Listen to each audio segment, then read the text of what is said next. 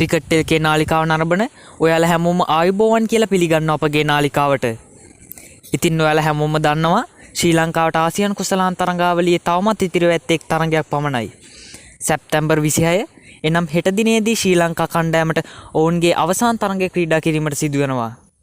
ආසියානු කුසලාන් තරඟාවලියේ ප්‍රබලම රටක් වෙන ඉන්දියාව සමග තමයි හෙට දිනේ තරඟය පැවැත්වෙන්නේ. හෙට රාත්‍රී 8ට තරඟය ඩුබායිහිදී පැවැත්වේ.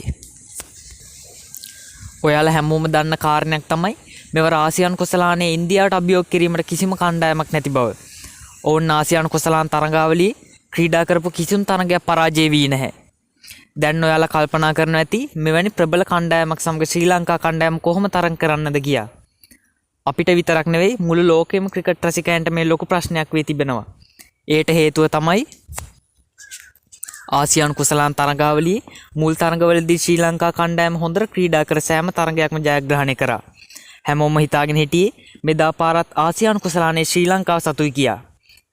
ඒත් කවුරුත් නොසිතූ ලෙස ශ්‍රී ලංකා කණ්ඩායමට සුපිරි 4 දෙනාගේ තරඟ වටෙන් මෙලියට වැටෙන සිදු වුණා.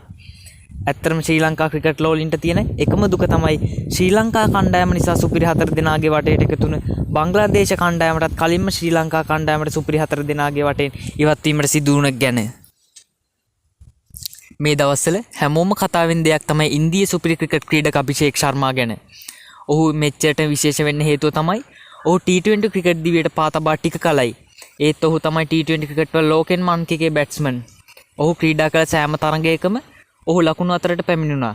දැන්ටමත් ඔහු ක්‍රීඩා කරන විට සමහර පන්දු යවන්නන් ඔහුට බෝල් කිරීමටද බියක් දක්වනවා. දැනටමත් ඔහු ඉන්දියා කණ්ඩායමට විරාට් කෝහ්ලිලා රෝහිත් ශර්මාලා නැති අඩුව දැනෙන්න දෙන්නේ නැහැ. ඇත්තරම් පාකිස්තානයෙන් හා බංග්ලාදේශනුත් පෙරදුන ශ්‍රී ලංකා කණ්ඩායම කොහොමද මෙවැනි සුපිරි ක්‍රීඩකයන් සිටින ප්‍රබල ඉන්දියා කණ්ඩායම සමග තරඟ වදින්නේ? ඉදිරියට කුමක් වේද කියා අපි හැමෝම බලාගෙන සිටිමු. ඉතින් වීඩියෝ එක හොඳයි නම් ලයික් එකක් දාන්න. ක්‍රිකට් පිටියේ සවිස්තරාත්මක තොරතුරු එසෙනින් දැනගන්න අපිව සබ්ස්ක්‍රයිබ් කර එකතු වෙන්න.